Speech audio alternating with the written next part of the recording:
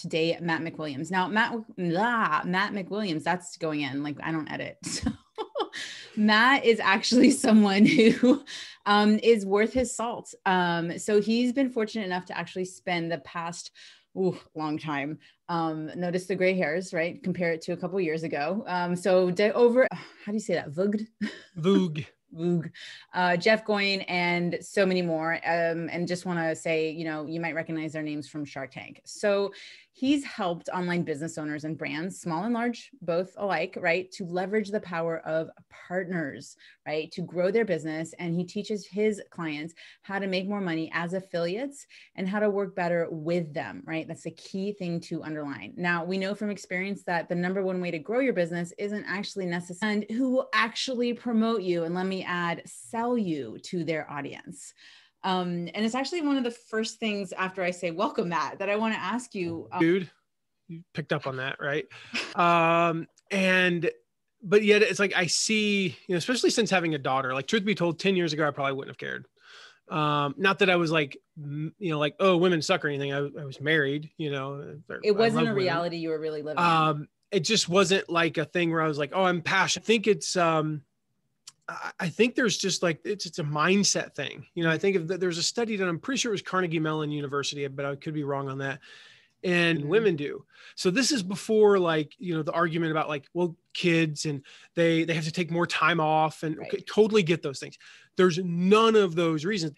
And like the women who asked, like the average woman who asked for a $5,000 to make $5,000 more, made like 4,200. Women have a tendency, I've seen, to be, and this is not always true, this is not a universal thing. It's just, you take 100 women, you take 100 men. Women. And you're going to tell me women only buy a certain number of things per year? Like, no, your audience will buy your thing and other people's stuff too. Men see the Good Old Boys Club and they go, I want to be a part of that. And then they just go be a part of it. Or they die trying, right? Like, we break into it or we get kicked out. Like, it's come hell or high water, we're going to either be in it or we're going to be out of it, and whatever. And women are kind of like, they'll sit on the outside and be like, well, that's the Good Old Boys Club. I don't know if I can break in, so I'm not even going to try. When what they should be saying, and this, we're seeing more of this, and it's so exciting to see, is like, well, screw that. I'll just create a good old women's club, a good old gals club, and we'll promote each other. And it's like, yeah. And then the men start going, a lot of the top so now spots, what's happening is the men are going, those women are doing pretty good. We want them in our club. And so now we're starting to see some more of this equity, but I think it kind of, a lot of it's just that mindset side of things. So that was a weird place to start, but a cool place to start. Yeah. But, I mean, I kind of, it like, just, we got to go there. Like, just recognizing, I mean, it's something that I've experienced as doing, dabbling in some affiliate support, but also being part of affiliate, like Amy Porterfield, Marie Forleo, Denise Duffield Thomas, like, these women are people who promote. I see Denise Duffield Thomas promoting Jeff Walker. You've supported Jeff Walker in his launches. You've been in the back. One of the things too, that I'm seeing a lot of male marketers, right, whether or not they're bro, is they're seeing that women are holding a lot of the monetary decisions and value, not just in terms of there are more women entrepreneurs who are successful in comparison to men, but when it comes to those relationships, women in terms of security are the ones that have more influence on the financial decisions of the business. Oh, heck yeah. And I mean, I would say, like, when I think about our customers, it's permission. It's about having a conversation, guys. It's a respect thing. No, you know what it is for us. And again, our wife does our finances. Yep. And it's not because I can't do it, I'm inept or something. I wouldn't say it's in her desire zone, but she has a sort of Roth IRAs, but I don't know what the limit is, and it changes every year. She knows that. And she's going to make sure that if it's $6,812 limit, don't have a clue. She's going to make sure that's fully funded. If it, like, as far as I'm concerned, our kids better, like they're really good at soccer. I'm kind of banking on that for college. But thankfully, I have a wife who says, no, in Indiana, you can do this thing called a 529 and you get this tax write-off, and you're allowed to put in a certain amount of money every year, and it just magically ends up there, Yeah. That's also, why when I make big financial decisions, right. because how much? Right?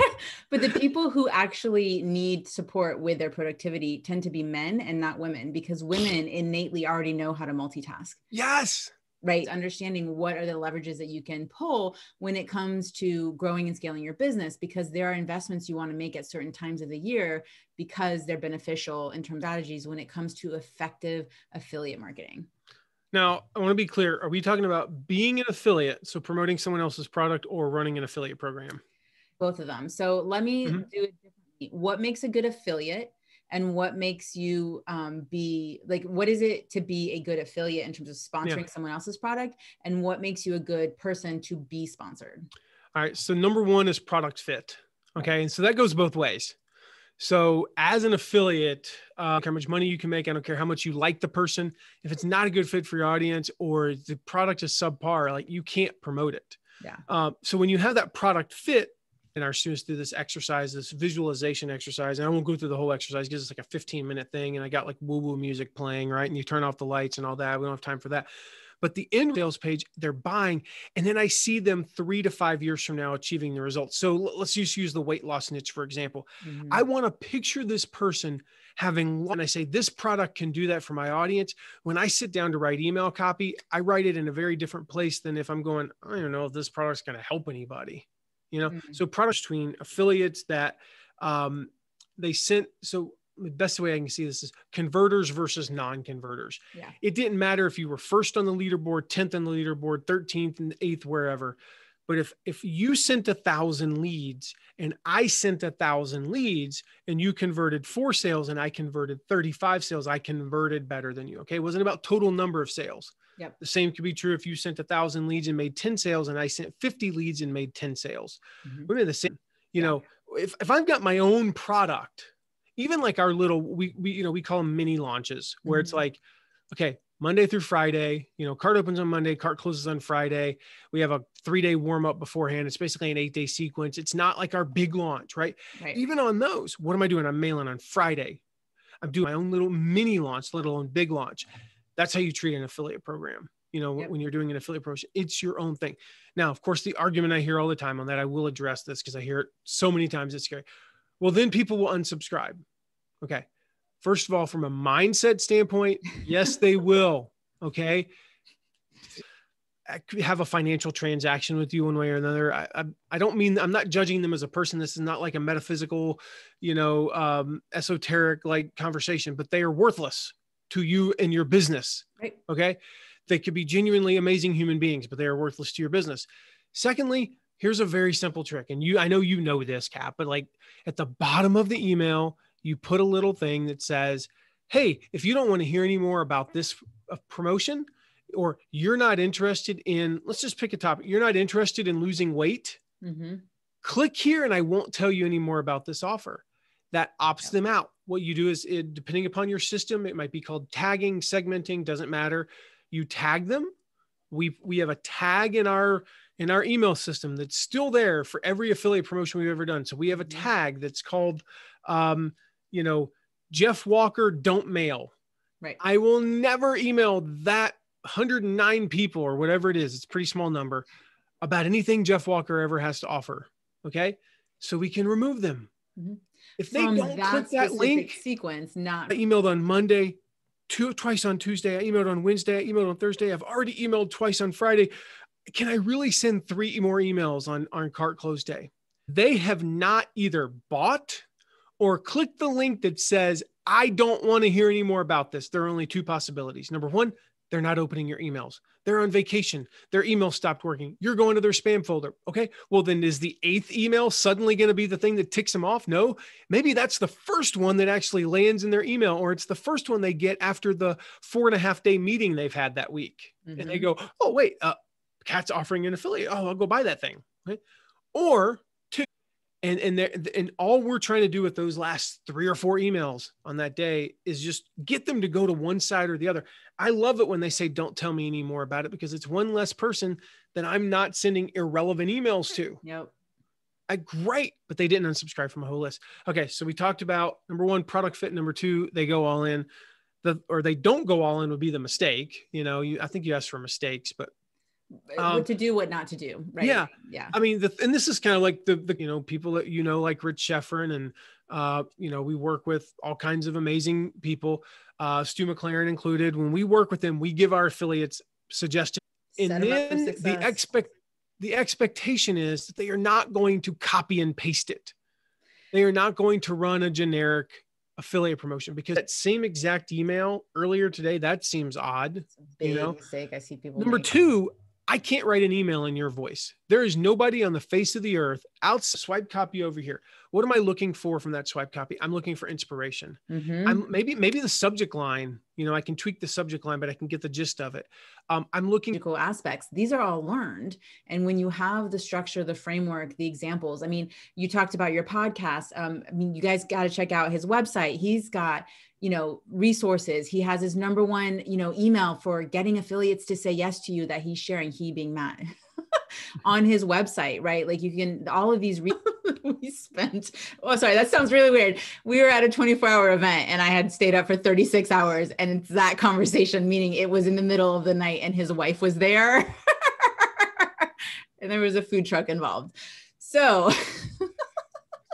that was a good food truck too. It was. Yeah. You talked about a couple of things that I want to kind of ask really quick, if you've got a little bit more time. Sure.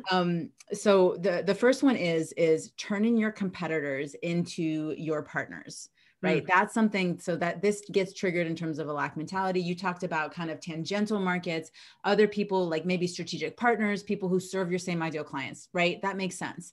How do you turn your competition into your advocates, into your partners? I think, again, starts with mindset, like so many things, right? The mindset of like, well, they're a competitor, right? It's Toyota versus Honda. The average person's going to buy one new car about every 7 years. So when it's time to buy a new car, it really is like it's going to be a Toyota or a Honda, or a Ford or whatever. And it's like a battle to the death to get that customer, because it's going to be 7 years before they do it again. And it's a $25,000 transaction, right? So they usually don't work together. Although actually, if you study it, like there's Toyota engines and some of the like Fords or whatever, right. And they form partnerships to create certain things. And like especially you learn in the all racing this stuff. world, there's like the same engine in all the cars. Yeah. And so that's, but even then, like it's, Coke versus Pepsi. Why would Coke and Pepsi form a, what are you going to do? Like 6 ounces of Coke and 6 ounces of Pepsi in the same thing. Like, why would they do that? Right. So that doesn't happen, but in our world, it does. And let me give you a few ways that it can work. Number one, just these are practical things, right? You can work with your competitors as an upsell. So if you've got, an example, let's say I've got all the people who bought that, I don't have a $200 product, and I can sell the more advanced training that, from Gibson's Learn and Master Guitar. Okay. These are actually all real examples from when I ran the Gibson's Learn and Master Guitar affiliate program many, many years ago. Number two, I can do it as a downsell. So let's look at, well, this one's not like a real example. I'm just making this one up. If I've got like a $2,000 product, all about like everything there is to do with writing a book, strategizing a book, publishing a book, marketing a book, all that stuff. And then you've got a course that is a $200 course about nothing but marketing on LinkedIn or selling products on Facebook. All right. I could sell that to all my buyers as well. So we're working together. A niche within a niche. So great example of that, going back to guitar example. Our course was a 20 lesson course. Lesson 13 was all about jazz guitar. I remember lesson 14 was about blues guitar. At the end of lesson 14, it was a 90-minute lesson about blues guitar. We said, hey, you've just learned a little bit about blues guitar. We hope you can play a few licks, blah, blah, blah. If you want to go in depth, go check out Dan Denley's course, something blues guitar. I forget what the name of the course was. Yeah.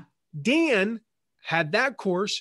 He also said, hey, you came to me, you wanted to learn blues guitar. If you need some, like to learn more about different other styles of guitar or general music, go buy Gibson's Learn and Master Guitar. Between us, so every year he sent us about $500,000 in sales. And every year we sent him about $250,000 in sales. Great relationship. And then the fourth way is just to non-buyers. So yes, let's talk about, okay, I'm going to make up an example. Let's use the guitar example, right? We had the most comprehensive guitar course on earth. There's like, nobody would argue that. It was also the most expensive. You know, in that world, a $200 course is actually a lot. Okay. Most of our competitors were between 47 and 97, with a few even down in like the $27 range. People were offering private lessons for $35. So it's like, you can get 6 private lessons for the price of this course. You know, pretty like apples to orangutans, you know, comparison, right? Right. And so we're looking at this and going, okay, we have 47,000 people on our list. We built our list. When I came there, we did not have an email list. Over the course of 2 years, we had 47,000 people. In that same amount of time, we had about 2,000, maybe 3,000 buyers, you know? So that means 44,000 people who've been on our list for more than 6 months have never bought a thing from us. And we're like, well, let's just start selling other stuff to them. We are making nothing from them. Learn also what your audience might want to buy. Why did they buy that $7 a month thing? Because that $7 a month thing taught them nothing but how to play songs. Okay. It wasn't here's how you learn, you know, guitar theory. Here's how to read music. It was, how do I go sit by a fire and play Wonderwall and Brown Eyed Girl? Right. That was it. I just want to play 2 songs at a fire with my friends. So we learned that a certain number of people would want that. And eventually we actually created our own course that taught them like 20 songs. It was like $47 and it just taught them the songs. So we learned that. We promoted, you know, this $37 thing, this $97 thing, this coaching thing. Like, we promoted all these things. And, you know, when I got there, they were doing about $4 million a year total sales in the company. We, you know, stuff that we were not going to make. And it was all very, for lack of a better word, the word I often use is incestuous. You know, we were all in the guitar niche. We all, when they searched on Google for how to learn guitar, y'all showed we up. We were competing for the same real estate. But on the back end, again, if they've never paid us money, or they just completed a lesson on, you know, jazz guitar or blues guitar, we would send them there. If, you know, if they did pay us money, but down the line, you know, they wanted to learn, you know, certain songs. So we made a ton of money. And the cool thing is, they also sent us money because that person would join the Guitar Songs membership for $7 per, and we gave them an exclusive discount, you know, coupon, I'm not going to say the name of the company, but coupon code such and such. And they would actually get $50 off, you know, the course when they came through that link. And, you know, they sent us like 5 sales a day. And so there were literally people, we could track this. It was so fascinating. There were people who joined our list, didn't buy through us. We referred them over there and then came back and bought through them, you know, because of 2 things. Number one, they had that 2 months that we weren't giving them. They had that 2 months where it's like, oh, I can play Wonderwall, because Wonderwall is 4 chords. Yeah. It's, you know, if you know, it's G, D, C, and E minor. It's the same 4 chords that make up most songs, actually. Yeah. It's kind of fun to play like Collide by Howie Day and then play Zombie from the Cranberries. And it's the exact same chord progression. It's true. It's just all about how hard you hit the strings. And so, you know, like, they got that little bit of confidence. Now they're like, oh, I'm ready to learn, you know, the theory. We just didn't have that piece to get them that, you know, that confidence. We learned that. So it's really, you know, really kind of awesome. Yeah. No, well, I mean, and I think you hit it right, the nail on the head in terms of mindset, which is, you know, and how I like to think of it this way, which is, look, you're not going to buy from me. Fine. I'm okay with that. Let me be the conduit to the person who is right for you. Right. Which is why I've had other lead gen experts on my podcast, and I coordinate and collaborate with them, because if you don't respond to this, because this can be a lot for some people, right? Then let me find you. You said it, not me. What? You said it, not me. Yeah. Right. Well, I mean, it's amazing though. Like, this is amazing. Yeah. But like, you made a good point. So like, okay, they're in your audience, they're getting value from you, but they're not going to pay $2,000 for a course taught by a woman. That's just, for whatever reason. Exactly. Like, or somebody who, you know what, they don't have an affinity to red. They're like, look, I'm really a green person and red just pisses me off. I mean, or maybe they like your podcast. If you look at the big umbrella, I'm in the internet marketing niche. So are you, right? We're in the internet marketing niche, but I don't teach membership sites. Stu McLaren does. I don't teach the product launch formula. I teach pieces of it that fit what I'm trying to do, but like, I'm not really teaching like the whole thing. You want that, you go through Jeff Walker. I don't teach surveys. You want that, you go through Ryan Levesque, right? Yeah. So we promote those things. I don't teach you how to speak. I don't teach you how to get on stages. That's Pete Voss in our office. Because I know if you want to learn how to build your list or do affiliate marketing or start an affiliate program, that you also want to do all of those other things. Yep. And I'm not the guy. These are strategies I mean, look, so behind you, you have a train set, right? And so see how I notice things? These are all pieces to your train, right? And as you're building momentum and building steam and wanting to take on more passengers, you have to add different cars. Yep. And so these are strategies that enable you to do that. This is just beautiful what I've just done. That was a really good analogy using the Harry Potter Lego, right? that I built with the kids. Yeah. But here's the other thing of like what you're sharing in terms of like you have, and not that you wouldn't be open to other people who do those same things, but you have a certain set of people that you play in the sandbox with, right? Like, you know, that these different people probably promote at different times of the year. Ryan Levesque is not going to be promoting at the same time as Jeff Walker because they play in the sandbox together. Yep. So different times of the year, different people are going to be promoting things. And so you can then plan your calendar out in order to be able to promote and support them, as well as grow your revenues, because this is a leverage strategy. You are not having to deliver anything unless you include something of yours as a bonus, which doesn't necessarily have to include your time to help with the selling, but that's a whole other strategy that we don't have time to get into right now. Yeah. But it helps create that predictability and consistency in your business. And it's what you can control, right? And that's a little bit of like how a lot of people, you know, feel like business can be lucky, right? And these are levers that you can pull in your business to create that freedom-based lifestyle for time and money that everyone really is going after. Yep.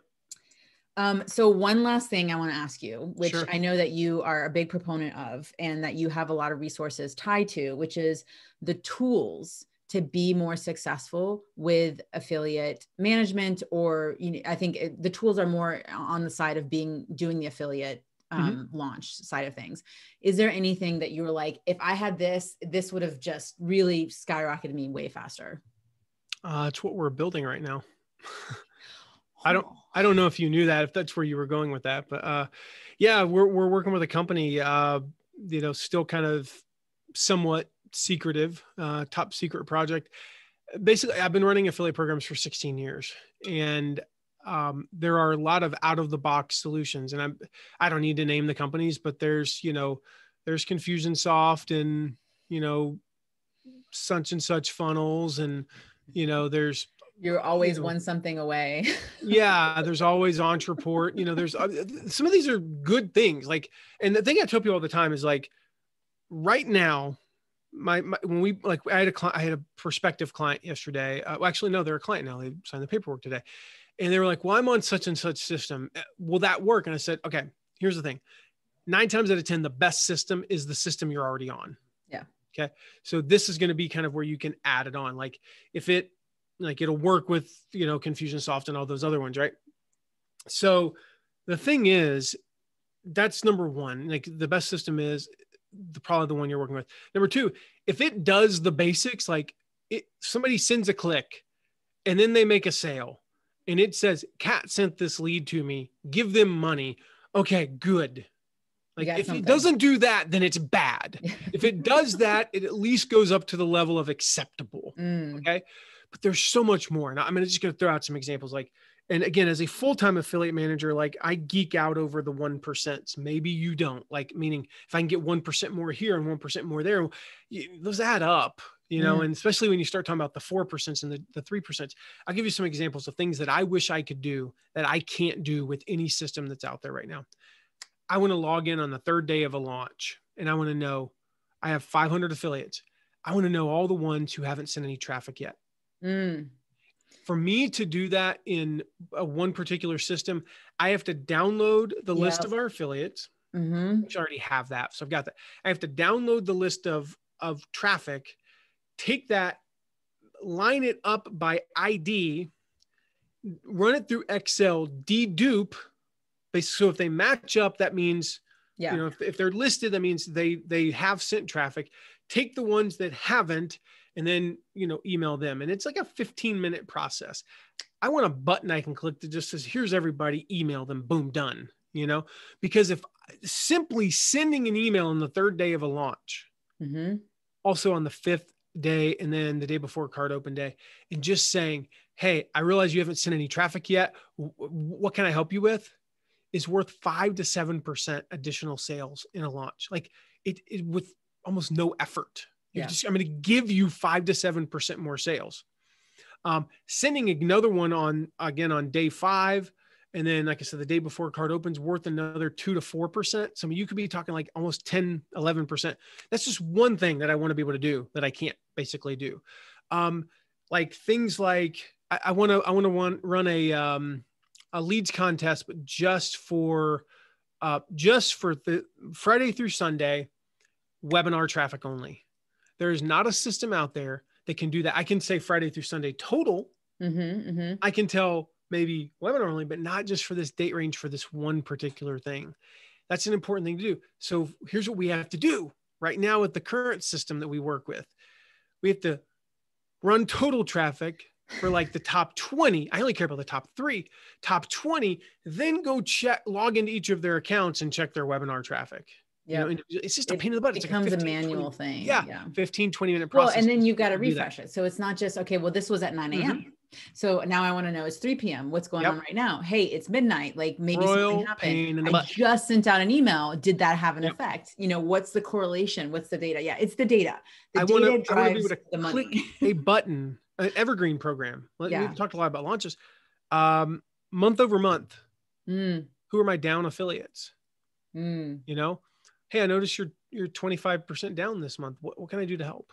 That's not the actual email I would send, but you get the idea, right? Yeah. But there's also something that in terms of it's not dependent on a human to remember to run the report, but something that gets automatically generated and can give you a task list of shout for the ones in the yellow because they could slip into red, and then having the green being like, hey, you're really good here. Keep doing what you're doing kind of thing. It really, like, these are the things that make a business feel. The one is just, I actually just pulled up the list of things we're working on with this system right now. Like, the ability to send opt-ins to affiliates, like that, or they can just log in and download their list of opt-ins. Most systems don't have it. There's a couple that do. It's really annoying. Here's one. Especially if you're talking about past launches too, and people want to compare stuff. Now you got to go and dig up stuff. So we want our affiliates to be able to link to any page on our site as an affiliate link. There's one system that allows you to do that. One. But here's the thing. What if I want, actually not even on our site, what if I want there to be an affiliate link that goes to a Facebook post that I did? There's one system that allows you to do that, where it'll still track. So mattmcwilliams.com, right? Anywhere on mattmcwilliams.com, I want to link to your affiliate offer, but I don't even want to put affiliate tracking in it. I just want to, link to your website, right? Straight, or to a blog post of yours straight. But because it comes from my domain, it tracks to my affiliate account. There's only one system that allows that right now. They're able to do that. There's a couple benefits. Number one, from your benefit, or you're the merchant in this case. So you have the product. You get SEO juice. Yeah. You don't get SEO juice from affiliate links.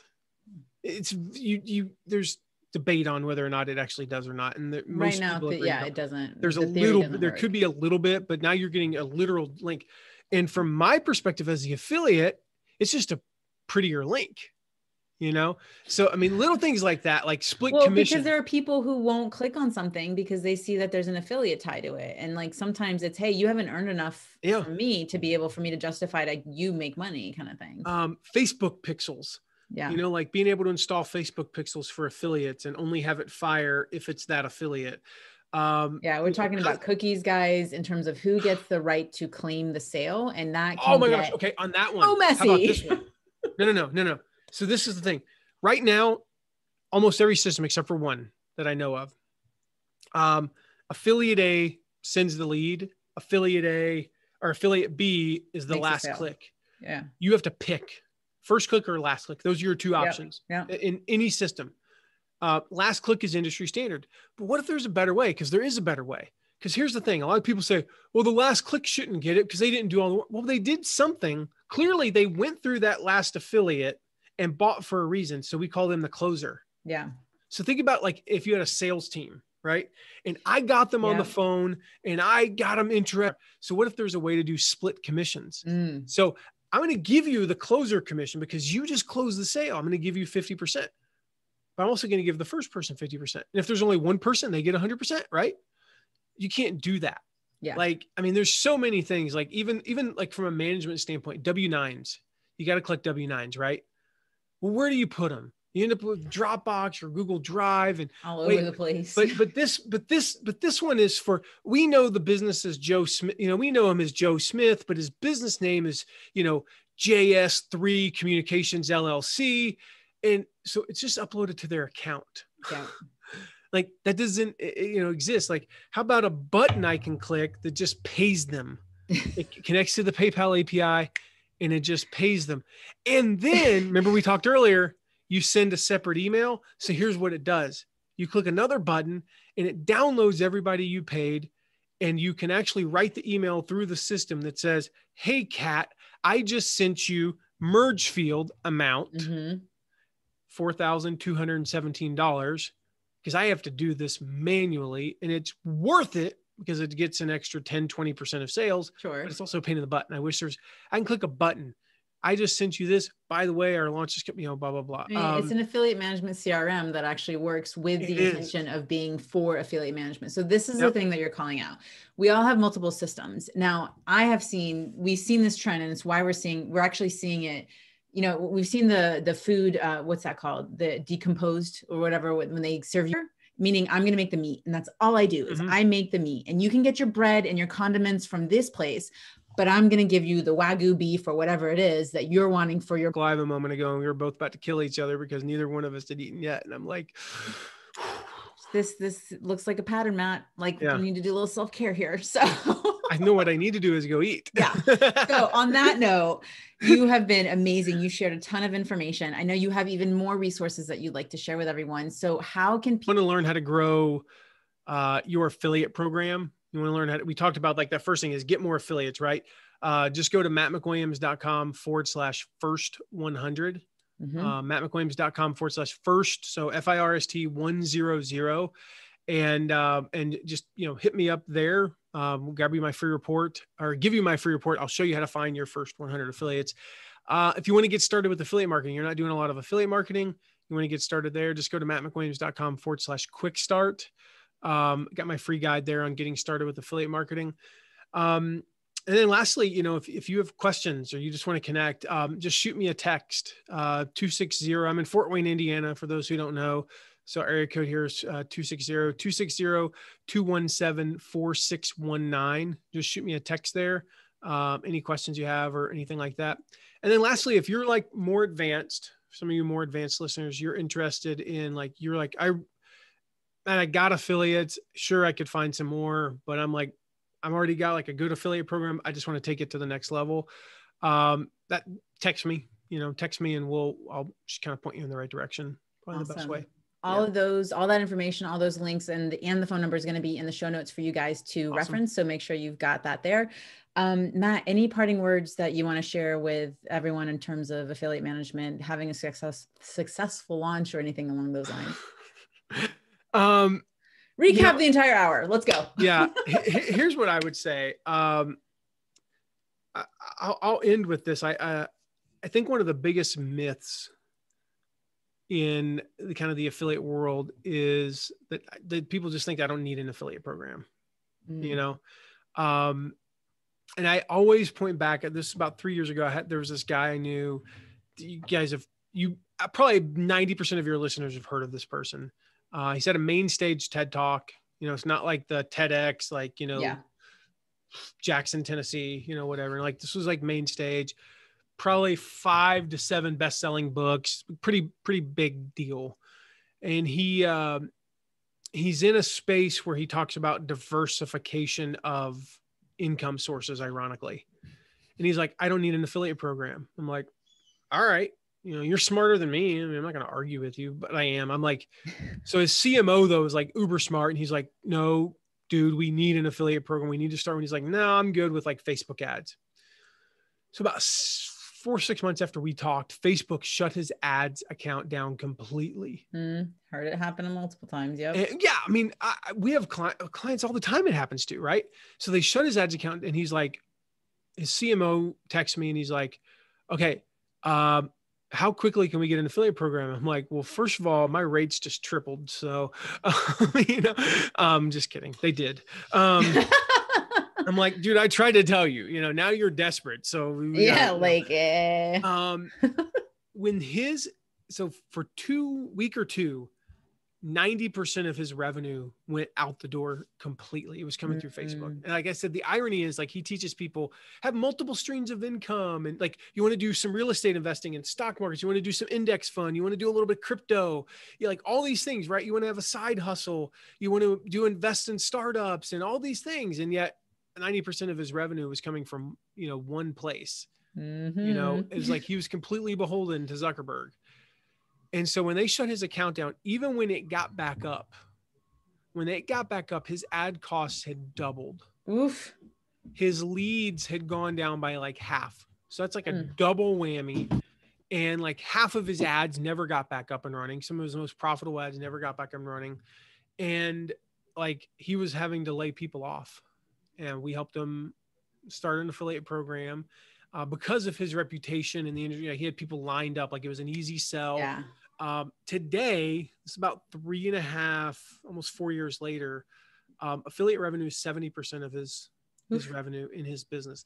And here's the thing about affiliate revenue. Like you say, 70%, isn't this just, no, that's 70%, but there's no one affiliate that really accounts for more than 1.5, maybe 2% on the high end of his revenue. So his top 5 affiliates could all quit, which would never happen, but they could all quit and his revenue would go down by like 6.5%, not another doomsday, Facebook shutting down. His business is 3 times the size of what it was when Facebook shut his account down, all because he had an affiliate program. So there's this myth out there. It's like, no, I don't need an affiliate program. Well, no, look at all the big companies have affiliate. Walmart has an affiliate program. If Walmart, Apple, Target, Reebok, we've worked with Adidas, Shutterfly, like if all those big companies and Jeff Walker, Stu McLaren, Amy Porterfield, Marie Forleo, like we think of them like Amy Porterfield's a big deal, not compared to Walmart or Apple, so we have small entrepreneurs, millions versus billions, $10 million entrepreneurs, $5 million entrepreneurs, and multi-billion-dollar companies. They all have affiliate programs. Yeah. I started my first affiliate program from scratch, had no idea what I was doing, made every mistake under the sun. This is 16 years ago. And a year and a half later, we were doing over $1 million a month. If that works for us and everybody at every level, like not having an affiliate program, I don't care what niche you're in, virtually any conceivable niche. I've worked with therapists who have an affiliate program. Okay. Yeah. I've worked with people in the parenting niche, people in the music niche, people in the most woo-woo, like we work with heart-centered entrepreneurs. Cool. You can have an affiliate program. Like I've worked with everybody and they have an affiliate program. And every time you look at them 3 years later and their affiliate program makes up 60 to 90% of their revenue, resources into it. Don't spend more time trying to get your Facebook ads optimized. Don't spend more, do eventually, please. I'm not saying don't do that. But do it in the right order. You leverage, things because you have the words that convert. So then Facebook ads and other platforms make sense. Yep. So one thing I want to add is I know you're go get affiliates. It's not the price point. You've sold things as low as $1, right? All the way up to, 5 figures, right? Shutterfly spun off a greeting card company. The greeting cards were $2.50. Now they eventually looped them back into Shutterfly, but still they're $2.50 greeting cards. We did like 11 million the first year from a $2.50 greeting card, of which, $10,000 coaching offers, $17 offers, $37 offers, commodity products, with Canadian, Stu McLaren, a foreign country. So many jokes right there. Yeah. I've even worked with Canadian, No, I've worked with British people You know, I tried for the life of me, instead of charging $19.97, I tried to get him to charge $17.76 for his course, but he just wouldn't do it. You know, I've worked with Germans. I've literally had an old client that was German. You know, this has worked in foreign languages. Yeah. You know, I mean, it's like we have clients, coaching clients. So we've not run any. The German actually worked in the English market. We have coaching clients. We don't run their stuff. We just coach them. They're in foreign, like, I don't understand any of their stuff. Like, hey, evaluate my affiliate stuff. I'm like, I don't know. You're gonna have to tell me what it says, because I can't read this, you know. You can read the numbers, which is where, at the end of the day, that's where I can log into their Infusionsoft account and see that it's up and to the right. So right. You know? Good hockey stick. Yeah. Matt, you have been amazing, guys. There's a lot of other paths we could have gone down today. There's so much information to be able to create a simple process that works for you, right? So just the information isn't overwhelming, but when you read it, it's understandable, it's leverageable. It's something that when you have an offer that converts, this is the strategy that really helps you scale fast. Make sure you check out the show notes. All of that information is going to be down there for you to leverage, and be sure to go check out McWilliams.com for all of the information there that Matt has shared with us today. Thank you. Thanks, Kat.